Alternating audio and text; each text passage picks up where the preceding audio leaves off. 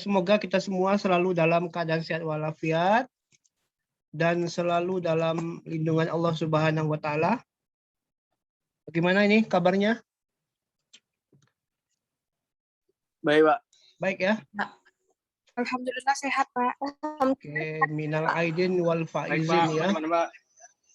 Minal aidin wal faizin taqabbalallahu minkum minna wa minkum taqabbal ya karim.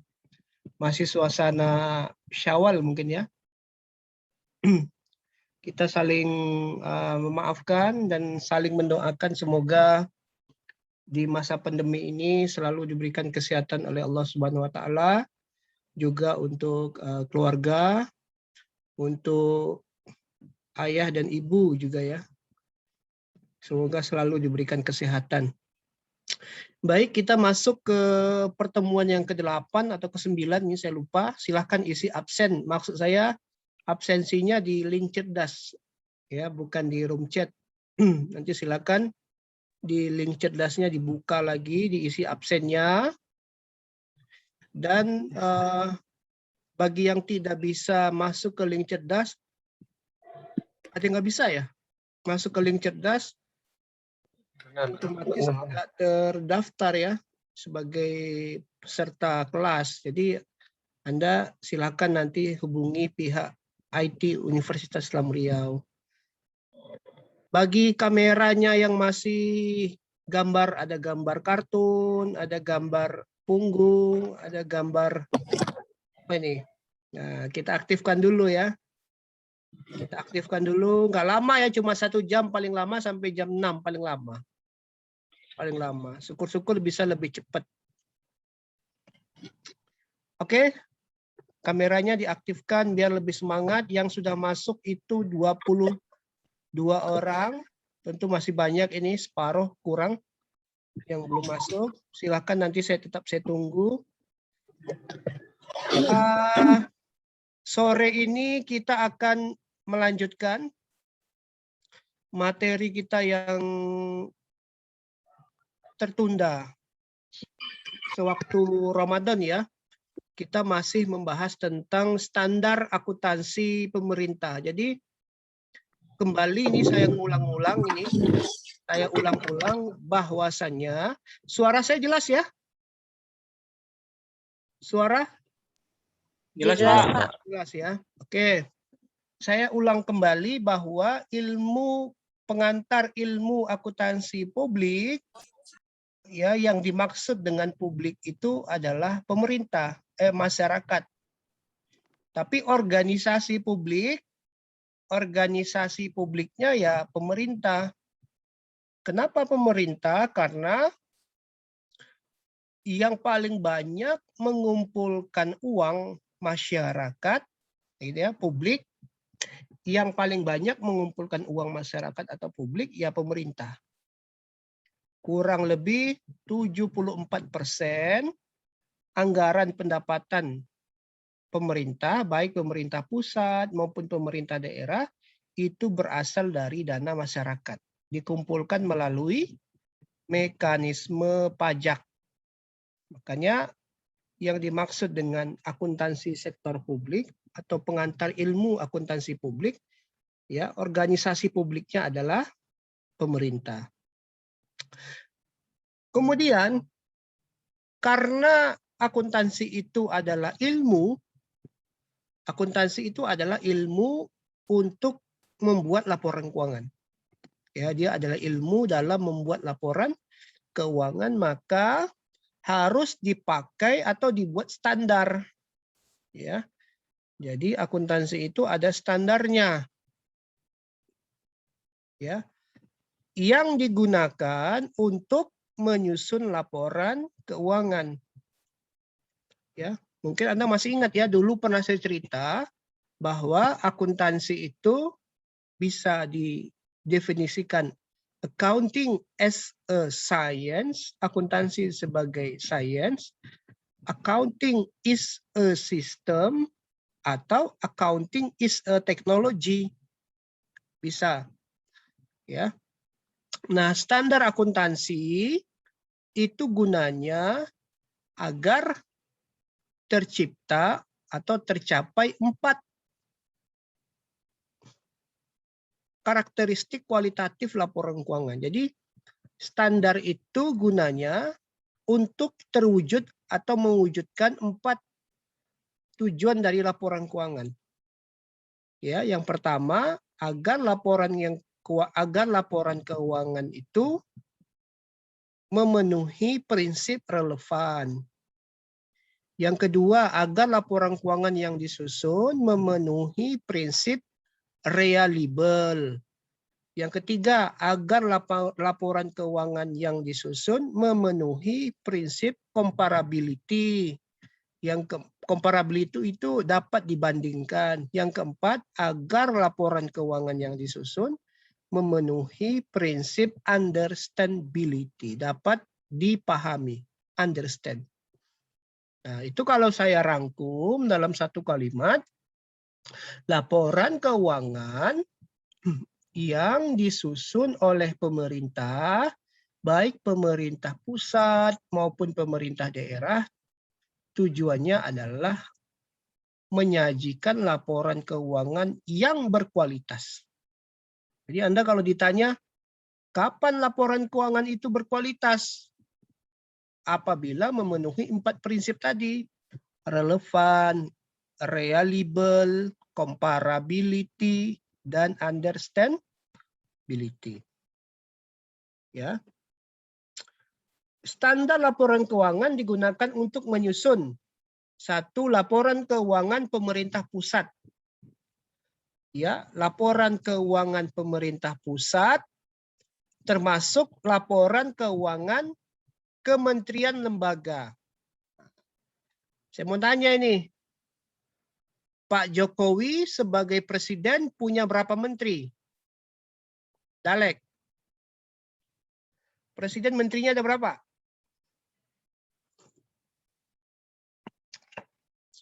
Ini mahasiswa Fisipol harus di luar kepala ya menjawabnya ya. Nanti malam sebelum tidur dicatat. Menteri Ekonomi siapa? Erlangga Hartanto. Menteri Sosial Khofifah Indar, bukan Khofifah, Risma, Bu Risma. Menteri Pendidikan siapa?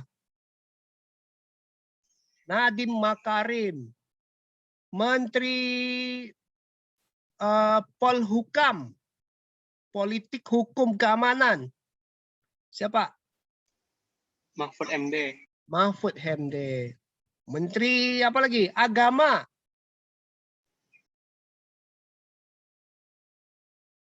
Hah? Boro-boro Pak ngampal nama menteri, nama temannya saya lupa ini ya. Ya sekarang ini nggak jumpa Pak sama temannya, jumpanya cuma di dunia maya ya. Fisiknya nggak jumpa ya. Menteri apa lagi? Ada berapa menteri? Menteri yang baru di reshuffle. Pariwisata. Hah? Enggak, setelah pariwisata ada lagi. Menteri pariwisata siapa? Sandiaga Uno. Sandiaga Uno. Orang Rumbai ya? Kan baru Rumbai. Jawa. Hah? Menteri yang baru di reshuffle, menteri siapa?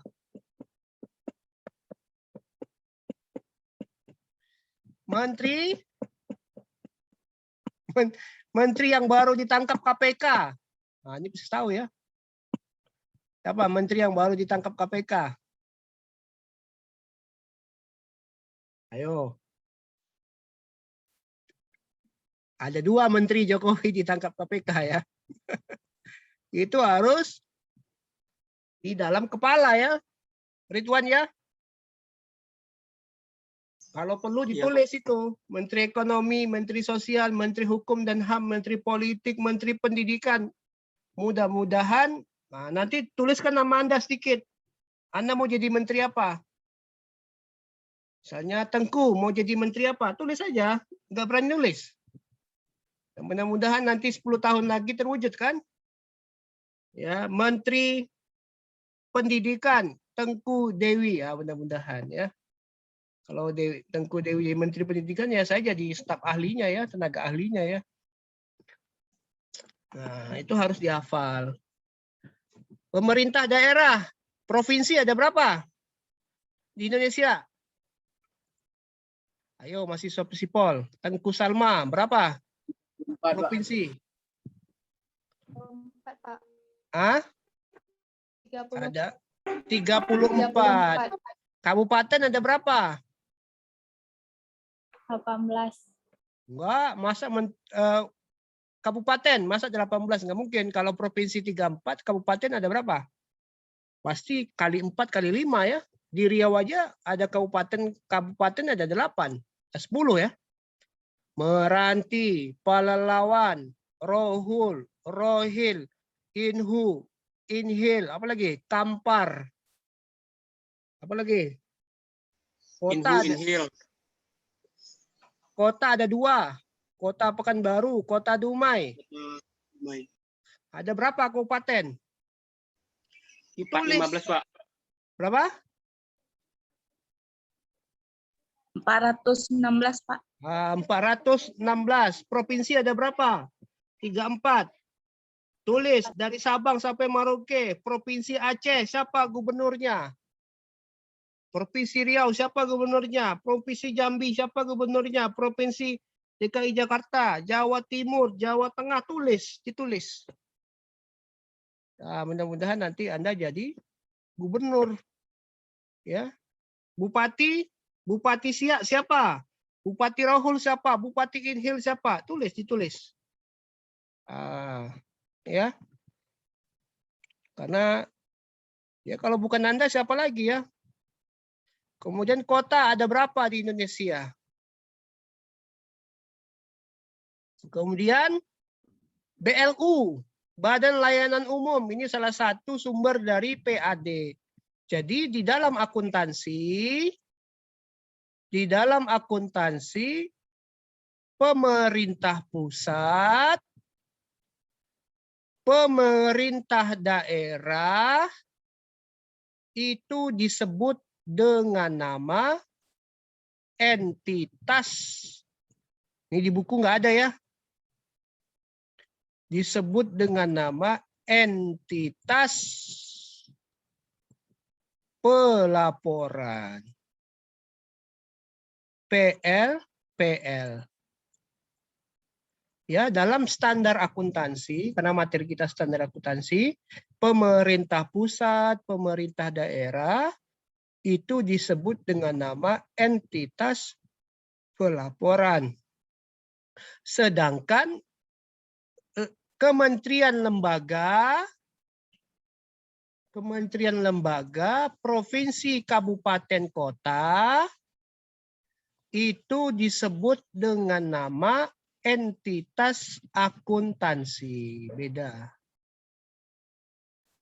Ya. Jadi ada entitas pelaporan, ada entitas akuntansi. Bedanya di mana, Pak? Kalau dia entitas akuntansi, ya, punya 4 kewajiban. Ya, dia punya 4 kewajiban. Yang pertama, itu nggak ada di buku ya. Itu saya tahunya dari baca buku ya, makanya Anda harus baca buku. Yang pertama, entitas akuntansi, misalnya di kota itu ada dinas kesehatan, dinas perindustrian, dinas pertanian, dinas lingkungan hidup, dinas pemakaman, dinas bina marga, dinas tenaga kerja, macam-macam lah itu ya. Ada 23 dinas kalau di Pekanbaru. Tugasnya 3. Yang pertama, membuat laporan keuangan. Jadi entitas akuntansi fungsinya yang pertama membuat laporan keuangan. Ya. Yang kedua, menjalankan prinsip-prinsip akuntansi. Ya, menjalankan prinsip-prinsip akuntansi. Itu tugas yang besar ya, membuat laporan keuangan, menjalankan prinsip-prinsip akuntansi. Kalau dia entitas pelaporan, fungsinya membuat peraturan keuangan atau membuat peraturan standar akuntansi. Ya. Kalau BLU contohnya apa, Pak? BLU contohnya. Contohnya Universitas Riau, Undri, itu BLU. Ya, Badan Layanan Umum. Kalau RSUD di Pekanbaru ini ada RSUD Arifin Ahmad. Kalau Provinsi Riau itu punya RSUD Arifin Ahmad. Itu masuk ke dalam SKPD atau sekarang disebut dengan nama OPD. Ya. Ada pertanyaan sampai sini?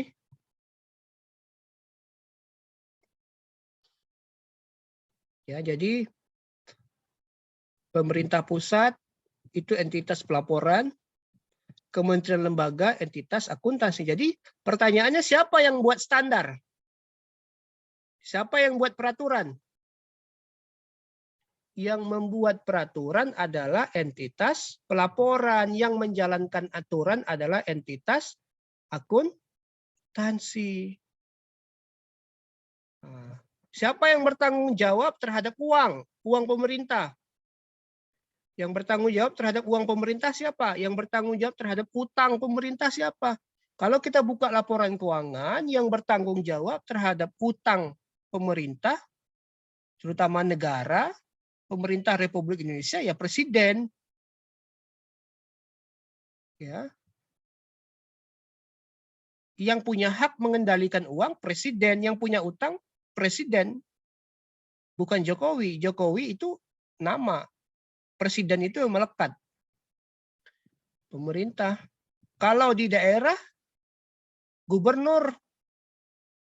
Jadi yang membuat peraturan keuangan ya gubernur.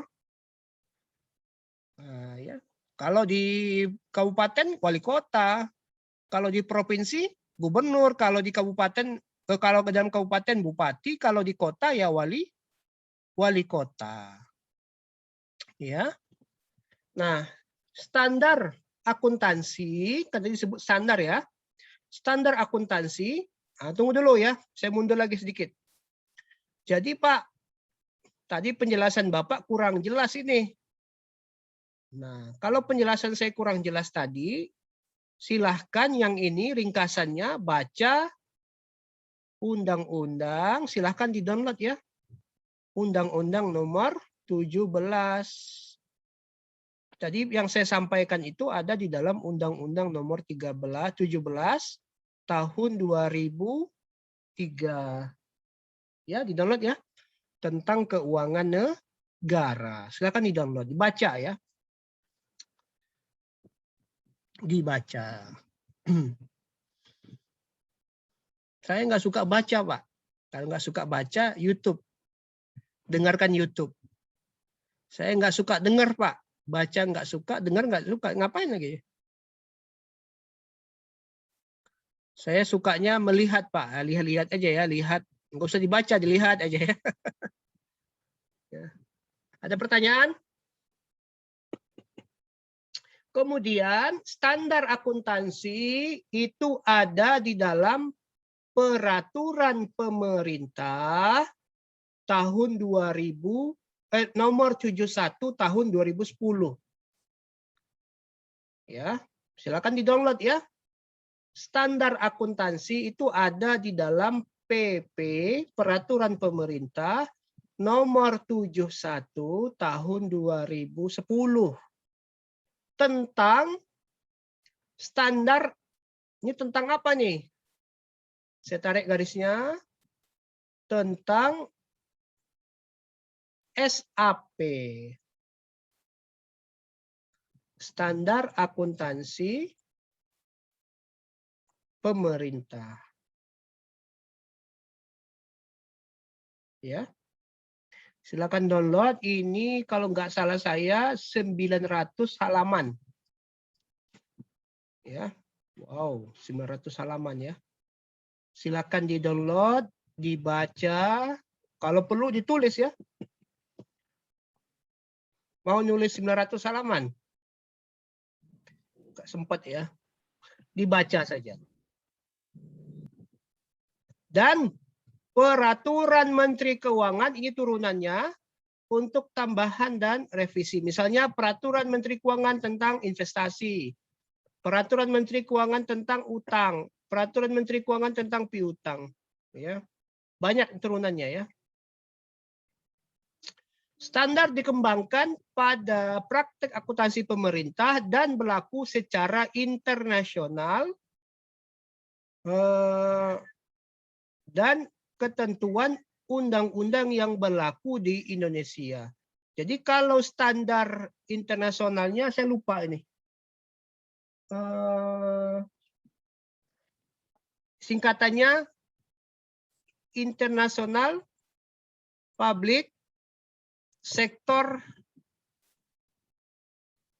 Accounting. Ya, IPSA ya. Nanti kalau salah saya perbaiki ya. IPSA. International Public Sector Accounting.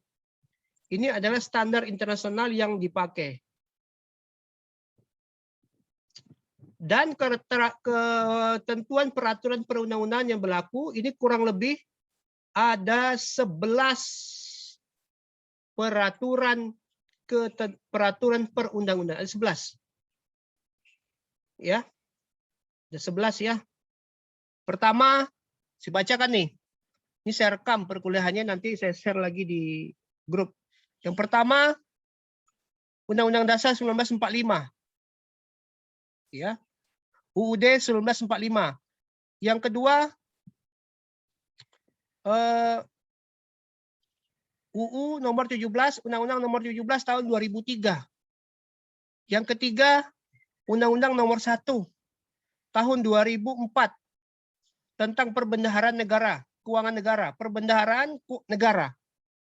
Yang kelima, Undang-Undang nomor 33 tahun 2004 tentang perimbangan keuangan antara pemerintah pusat dan daerah. Ada 5. Yang keenam, Undang-Undang nomor 15 tahun 2004 tentang pemeriksaan keuangan negara. Yang ketujuh, Undang-Undang nomor 15 tahun 2006. Kalau nggak salah 2006 tentang pemeriksaan keuangan negara. Yang kedelapan, Undang-Undang nomor 22 tahun 2019 tentang pemerintah daerah. Kemudian berubah ke Undang-Undang nomor 32 tahun 2004 tentang pemerintah daerah. Yang kesembilan, Permendagri nomor 13 tahun 2006, maaf. Permendagri nomor 13 tahun 2006 tentang pengelolaan keuangan daerah. Yang ke-10, Permendagri nomor 21 atau 22, saya lupa. Tahun 2012 tentang perubahan pertama. Permendagri nomor 13 tahun 2003. Nah, gitu ya. Yang ke-11, Peraturan Pemerintah nomor 64. Peraturan Pemerintah nomor 64 tahun 2014 tentang petunjuk teknis pelaksanaan standar akuntansi pemerintah. Yang ke-12 yang paling terbaru, ya, terbaru itu PP nomor 12 tahun 2019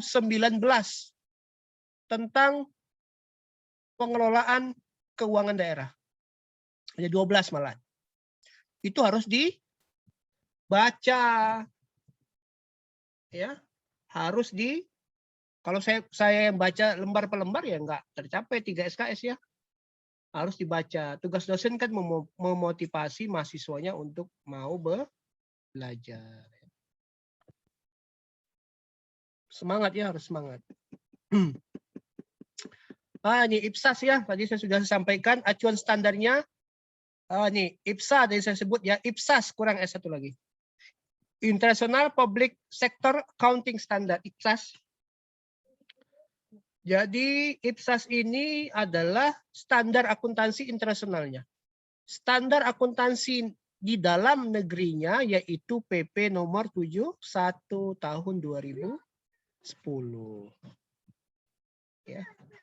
Kemudian untuk entitas sektor publik, yayasan, lembaga kemasyarakatan non pemerintah menggunakan PSAK 45. Ini sudah nggak pakai lagi ya. Ini sudah jadul. Sekarang PSAK 45 itu diganti ke ISAK. Kalau lupa, ingat ISAK tangis. ISAK nomor 35.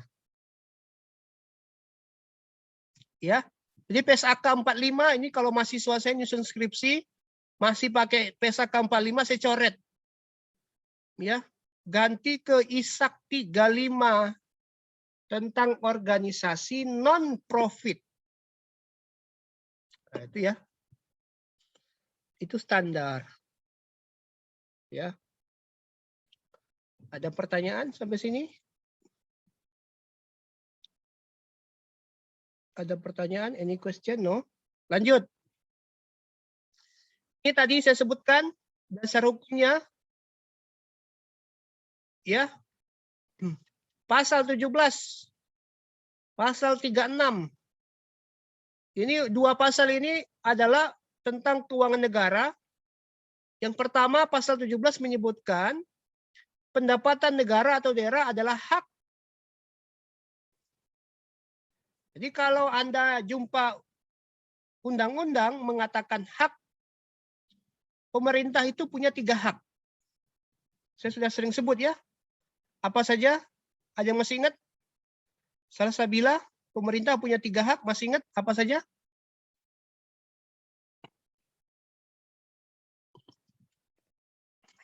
Lupa? Agus Kuncoro, pemerintah punya 3 hak.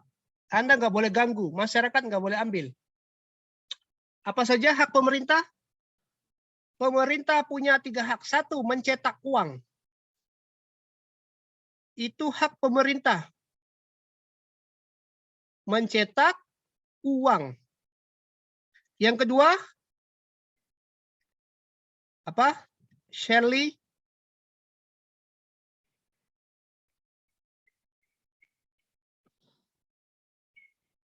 Memungut pajak. Ya. Yang ketiga, apa? Menyatakan perang. Itu hak pemerintah. Mencetak uang, memungut pajak, menyatakan perang. Dasar hukumnya adalah Undang-Undang Dasar 1945. Dasar hukumnya. UUD 1945 mengatakan pemerintah punya 4 hak. 3 hak. Tapi kalau Anda baca nanti pasal Undang-Undang nomor 17 tahun 2003, hak pemerintah ditambah 1 lagi. Jadi ada 4. Kalau kita gabung ke Undang-Undang Undang-Undang 17 2003, pemerintah punya 1 hak lagi. Yaitu pemerintah punya hak untuk berutang. Ya. Pemerintah punya hak untuk berutang. Itu hak pemerintah. Yang diakui sebagai penambah nilai kekayaan bersih. Ya.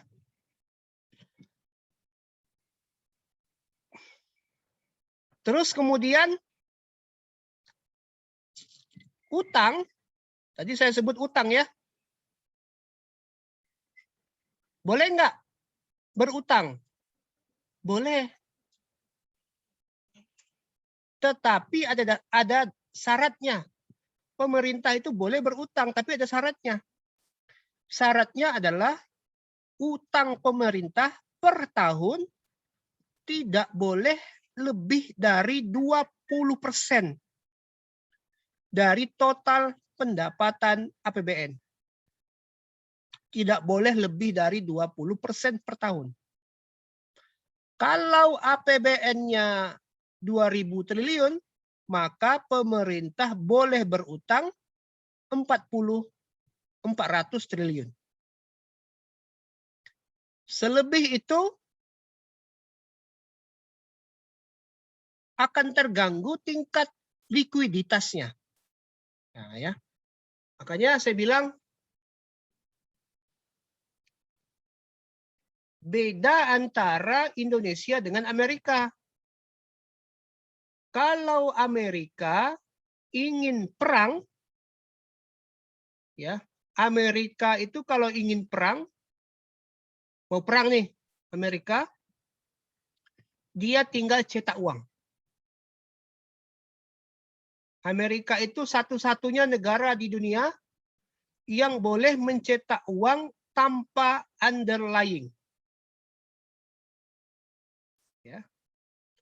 Indonesia kalau butuh uang berutang, beda ya. Mencetak uang dengan berutang itu beda. Kalau berutang berarti ada 3 risikonya. Yang satu, bunga utang. Ya, utang itu pasti berbunga. Yang kedua, jangka waktu utang. Setahun, 2 tahun, 3 tahun, 4 tahun, 5 tahun. Yang kedua, yang ketiga adalah utang itu masalah. Jadi orang kalau berutang berarti punya masalah. Ya. Kemudian belanja. Belanja negara atau daerah adalah kewajiban pemerintah pusat atau daerah yang diakui sebagai pengurang nilai kekayaan bersih. Kalau kata kewajiban, pemerintah punya 2 kewajiban. Nah, ya, pemerintah itu punya 2 kewajiban. Yang pertama, kewajiban pemerintah adalah, ini kewajiban pemerintah nih, mewujudkan kesejahteraan umum, MKU.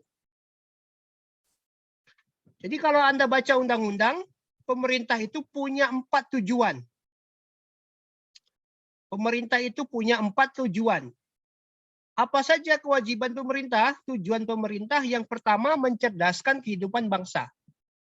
Ya kan? Artinya tidak boleh ada orang di Indonesia yang tidak sekolah. Nggak boleh. Dalek nanti kalau jadi bupati, saya doakan Dalek jadi bupati, pastikan seluruh masyarakatnya sekolah. Karena itu amanah konstitusi. Caranya gimana? Beasiswa. Yang kedua, mencerdaskan kehidupan bangsa, mewujudkan kesejahteraan umum. Yang ketiga,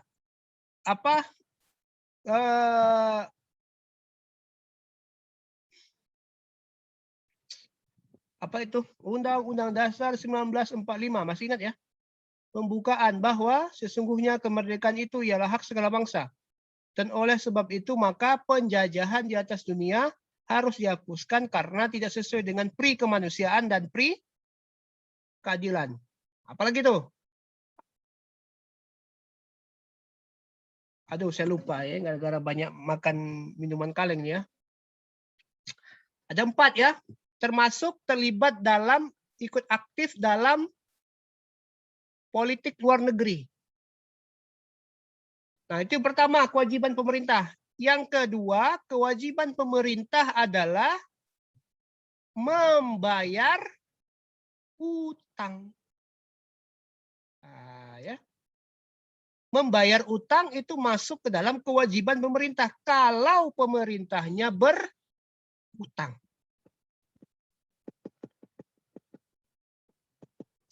Ya.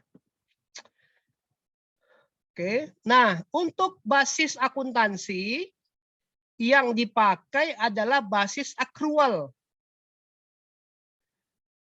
Ya, basis akrual. Jadi saya mau cerita nih. Dulu ketika sebelum tahun 2000, bukan, sebelum tahun 2010, pemerintah itu menggunakan PP nomor 24 tahun 2005 tentang SAP. Ya, bentar ya. Saya cek dulu.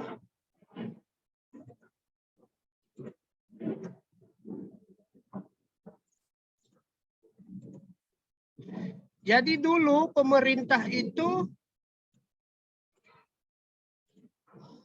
menggunakan PP nomor 24 tahun 2005 tentang standar akuntansi pemerintah, itu tahun 2005. Ketika memasuki tahun 2010, PP 24 diganti ke PP 71. Ya.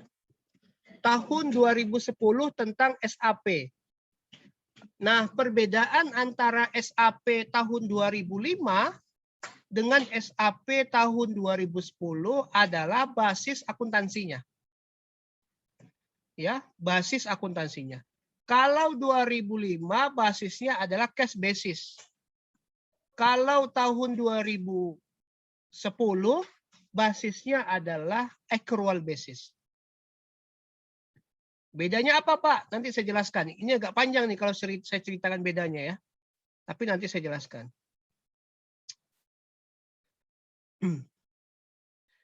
Jadi SAP atau standar akuntansi pemerintah adalah prinsip-prinsip akuntansi.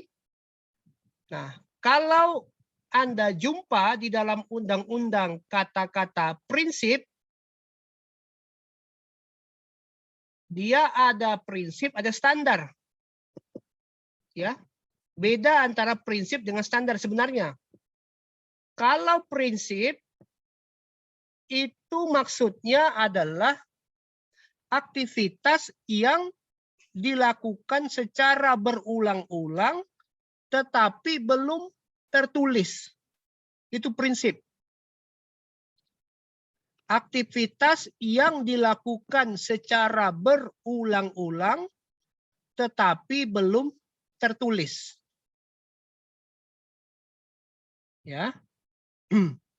Kalau standar, aktivitas yang harus dilakukan. Jadi ada kalimat beda ya. Prinsip dengan standar, kalau prinsip itu kebiasaan. Saya kasih contoh.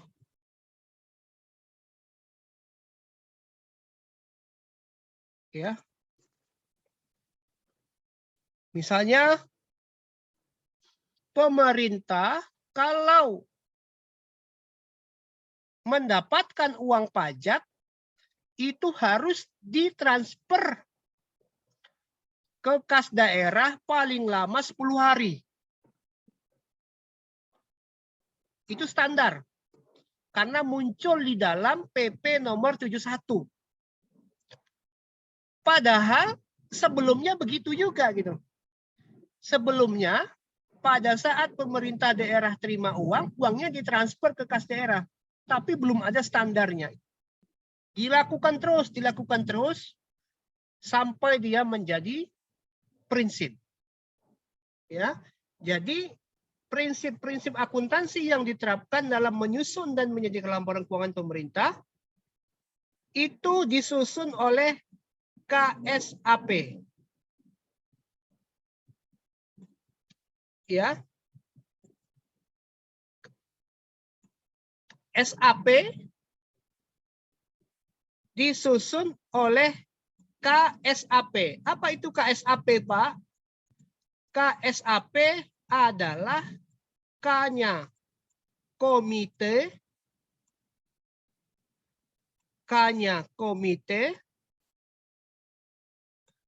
S-nya standar,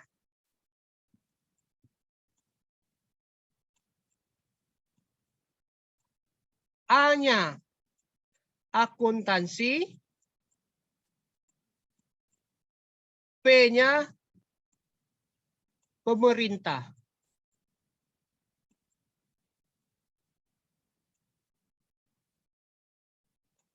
Oke ya.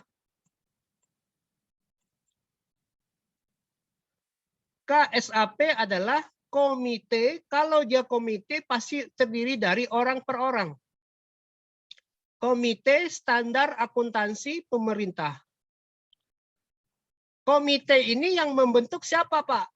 Yang bentuk komite ini siapa? Yang membentuk komite ini adalah Menteri Keuangan. MK, Menteri Keuangan. Siapa Menteri Keuangan kita? Nah, ini perempuan tahu ya, harus tahu ya. Bu Menteri Keuangan kita siapa? Dr. Sri Mulyani, Pak. Mulyani Indar Parawansa, dosen UI. Jadi Bu Sri Mulyani itu dosen di Universitas Indonesia. Ya. Ada pertanyaan? Nanti slide-nya saya kasih ya. Nah, ini dia. Strukturnya, struktur dari standar akuntansi pemerintah. Strukturnya yang pertama, yang pertama SAP, pernyataan SAP. Pernyataan SAP, kemudian dia dimulai dari kerangka konseptual dulu. Conceptual framework. Jadi bahasa Inggrisnya itu adalah conceptual framework. Jadi prinsip-prinsip akuntansi sebelum dia menjadi standar akuntansi itu didiskusikan. Ya, didiskusikan. Jadi prinsip 1, prinsip 2, prinsip 3, prinsip 4 sampai 100 prinsip dikumpulkan menjadi namanya rerangka, sebenarnya bukan kerangka ya. Rerangka. Jadi beda antara kerangka dengan konseptual. Kerangka dengan rerangka. Kalau dia kerangka itu belum jadi, dia masih bahan baku. Kalau dia rerangka itu sudah diproses. Jadi bahan bakunya, prinsip-prinsip tadi diproses. Ya. Menjadi pernyataan SAP. Pernyataan standar akuntansi pemerintah. Diperas lagi dia menjadi SAP. Jadi sebelum pernyataan standar akuntansi menjadi SAP, dia ada disebut dengan nama explorating draft. ED. Explorating explosure draft. Prinsip-prinsip akuntansi itu diuji publik. Misalnya, saya kasih contoh. Persediaan. Pemerintah itu punya persediaan. Apa contohnya, Pak? Persediaan pemerintah. Contohnya pemerintah membeli ATK. ATK itu apa? Alat tulis kantor. Pemerintah membeli ATK. Pertanyaannya, ATK ini mau dicatat sebagai apa? Itu yang pertama. Peralatan, perlengkapan, persediaan. Yang kedua, kalau dia dicatat sebagai persediaan, kebijakan akuntansi ATK itu pakai pendekatan aset atau pendekatan beban. Kalau dia dipakai pendekatan aset, nanti di akhir tahun itu harus disusutkan. Kalau dia pakai pendekatan beban, nanti di akhir tahun dia harus dilakukan stock of name. Ya, nah, itu tadi saya bilang itu explorating draft itu masuk ke dalam publikasi. Ya. Kemudian setelah itu dia diinterpretasi. Interpretasinya apa? Dijelaskan maksudnya apa. Tadi saya sebut aset. Aset itu apa, Pak? Definisinya. Dikasih terjemahan. Aset adalah sumber daya ekonomi dan sosial. Jadi kalau beda antara akuntansi pemerintah dengan akuntansi bisnis, kalau akuntansi pemerintah, aset itu diterjemahkan sebagai sumber daya ekonomi dan sosial. Kalau dia hanya akuntansi bisnis, aset itu diterjemahkan sebagai sumber daya ekonomi. Nggak pakai sosial, karena bisnis itu orientednya adalah laba. Pemerintah orientednya atau orientasinya nggak boleh laba. Seperti yang saya jelaskan pekan-pekan yang lalu. Sumber daya ekonomi dan sosial yang dimiliki disebabkan adanya peristiwa masa lalu. Peristiwa masa lalu contohnya apa, Pak? Dibeli,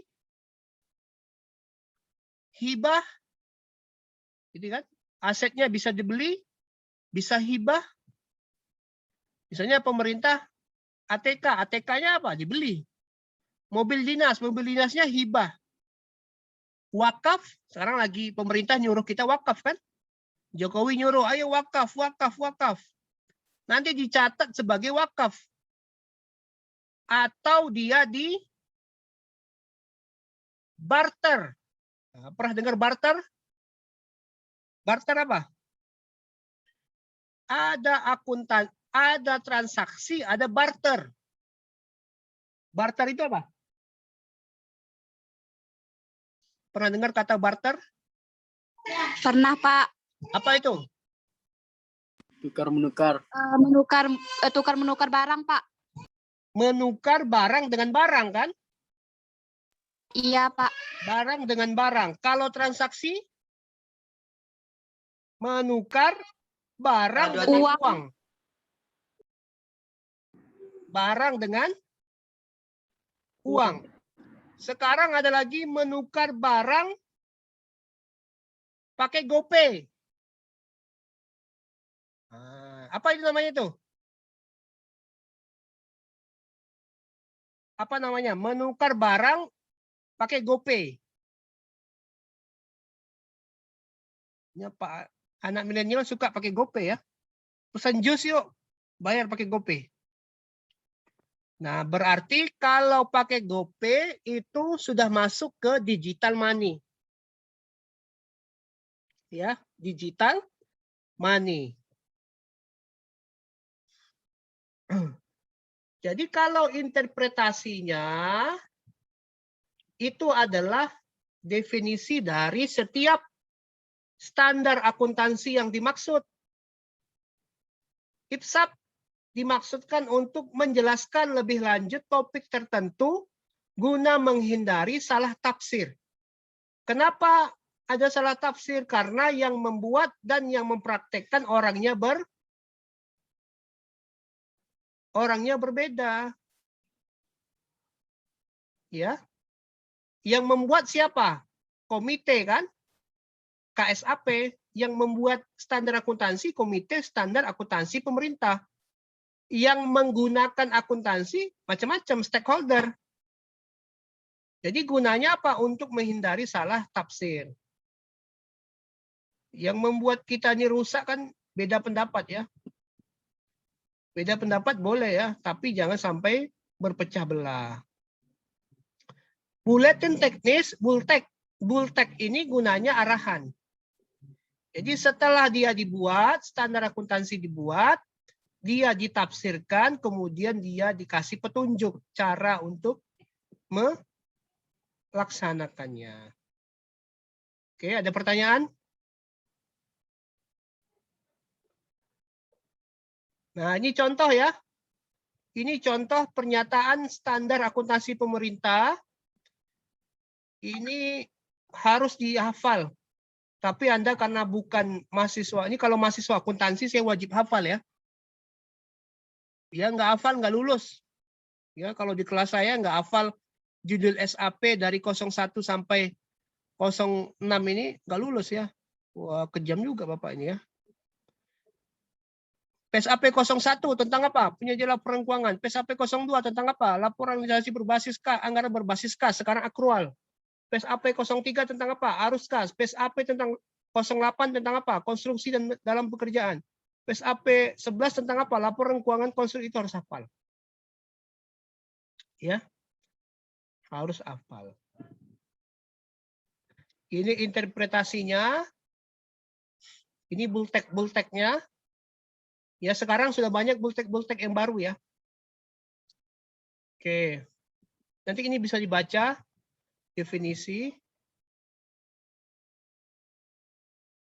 Oke, ada pertanyaan nggak sampai sini?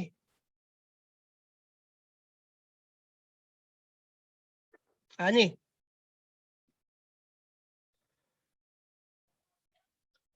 Sherly Hutri Ricci, ada pertanyaan? Tidak, Pak. Bingung? Kayaknya bingung kamu ya. Saya lihat wajahnya bingung. Ini apa nih Pak maksudnya? Bingung nggak? Ya, agak kurang jelas sedikit, Pak, tentang basis akurat. Ini baru saya mau jelaskan. Ada perbedaan antara basis akrual dengan basis kas. Saya kasih contoh. Misalnya, saya punya perusahaan pesawat terbang. Misalnya ya, saya punya pesawat terbang, mau terbang. Saya jualan tiket. Oke, paham? Anda sebagai calon penumpang saya mau ikut terbang. Kira-kira ya kita ke Jakarta lah ya. Proses bisnisnya bagaimana? Anda pesan dulu kan? Pakai HP misalnya. Pakai di Tokopedia, apa namanya? Tiketku. Apa? Traveloka misalnya. Pakai Traveloka. Pertanyaannya, kapan Anda membayar tiket pesawat? Pasti pada saat Anda pesan, langsung dibayar kan? Langsung Anda bayar kan? Pertanyaannya bagi saya, kapan pembayaran tiket pesawat itu saya akui? Pada saat Anda transfer uang, pada saat Anda check-in, pada saat Anda take off, atau pada saat Anda landing. Ada 4 pilihannya. Anda sudah bayar. Tapi kira-kira kapan saya catat? Pada saat Anda transfer, pada saat Anda check-in, pada saat Anda take off, atau pada saat Anda landing? Saat Check-in, Pak. Hah? Check-in. Kalau Anda akui pada saat Anda transfer, saya akui sebagai penjual, saya catat sebagai penjual ketika Anda transfer, itu namanya accrual cash basis. Karena saya sudah terima uang. Tetapi ada pesawat, contohnya Lion. Lion itu baru mengakui pada saat pesawatnya landing. Itu accrual. Jadi, kalau dia accrual basis, adalah basis pencatatan yang mengakui transaksi pada saat transaksi itu terjadi walaupun uang belum diterima. Oh, terbalik tadi saya jelaskan ya. Walaupun uang belum saya terima, tetapi kalau Anda sudah pesan, saya catat sebagai pendapatan. Ya. Anda sudah pesan belum bayar. Anda belum bayar nih, memang belum bayar. Saya udah akui sebagai pendapatan. Itu accrual. Kalau Anda akui setelah dibayar, itu namanya cash basis. Oke ya. Misalnya Anda mahasiswa. Tiba-tiba Anda dapat tagihan suruh bayar SPP. Ya. Pada saat Anda menerima tagihan suruh bayar SPP, itu, terima bayar SPP, maka pada saat saya kirim tagihan bayar SPP, saya sudah catat sebagai pendapatan. Itu pakai accrual. Walaupun Anda belum bayar. Paham ya? Walaupun Anda belum bayar, tapi Anda sudah ditagih, saya catat pendapatan itu accrual. Tetapi kalau saya baru mencatat pada saat Anda bayar, itu cash basis. Paham? Paham? Paham, Pak. Paham ya?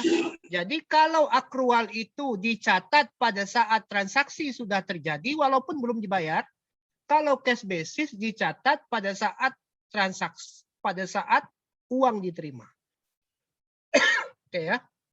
Kalau didefinisikan, basis accrual adalah suatu basis akuntansi di mana transaksi ekonomi atau peristiwa akuntansi diakui, dicatat, disajikan dalam laporan keuangan pada saat terjadi, walaupun belum dibayar.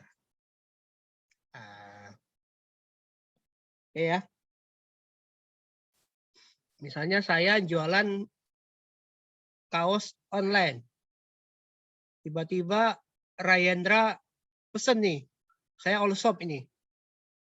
Pak, saya pesen baju kaos ya. Ukuran L. Pada saat Rayendra bilang saya pesen ya. Dia belum bayar tapi udah bilang saya pesen ya Pak. Itu langsung saya catat sebagai pendapatan itu accrual. Tapi pada saat ya Rayendra itu pesan tapi belum bayar dan saya belum catat, itu pakai cash basis. Ya. Pendapatan diakui pada saat hak telah diperoleh dan beban diakui pada saat kewajiban timbul atau sumber daya konsumsi. Sedangkan basis kas adalah basis akuntansi yang mengakui pengaruh transaksi dan peristiwa lainnya pada saat kas atau setelah kas diterima. Nah, ini pada saat uang diterima ya. Atau yang digunakan untuk pengakuan pendapatan. Laporan keuangan neraca tidak dapat disajikan secara lengkap apabila hanya kas saja. Jadi perbedaannya di situ. Nah, nanti saya kasih tugas. Jadi materi sore ini cukup sampai sini saja. Nanti agak malam saya upload contoh soal untuk kas dan cash basis dan accrual basis. Ya. Serasa itu ya. Ada pertanyaan mungkin?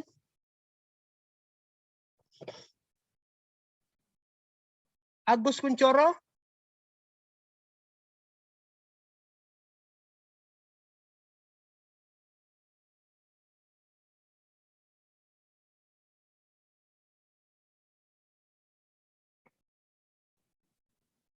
Ada pertanyaan?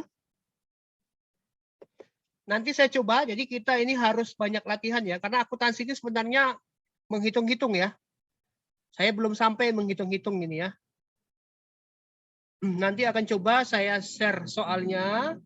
Anda coba nanti tebak, ini cash basis atau accrual basis. Ya. Oke ya, saya rasa itu dulu untuk sore hari ini. Ada pertanyaan, James Julius ini sering WA saya nih ya. Beliau ini selalu mengingatkan nih. Terima kasih James ya.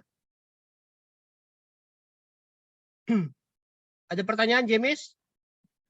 Tengku Dwi, Ada, Pak. Nur Amirani, Agus Kuncoro. Ada pertanyaan, Nur? Tidak, Pak. Nggak ada ya. Oh ya, untuk hasil ujian besok saya share ya. Di hasilnya saya share, nanti kalau ada komplain silahkan dikomplain. Baik, itu saja untuk hari ini. Terima kasih atas partisipasinya. Jadi saran saya, buku yang Anda beli itu, syukur-syukur udah beli ini ya. Anda baca lagi itu, terutama peraturan perundang-undangan. Ya kalau perlu undang-undangnya ditulis lagi, ditulis ulang. Nah, kalau perlu ya. Kalau nggak perlu ya dibaca aja. Ya, itu saja. Mungkin terima kasih. Saya tutup ya, karena nggak ada pertanyaan. Kalau ada pertanyaan nanti via WA saja.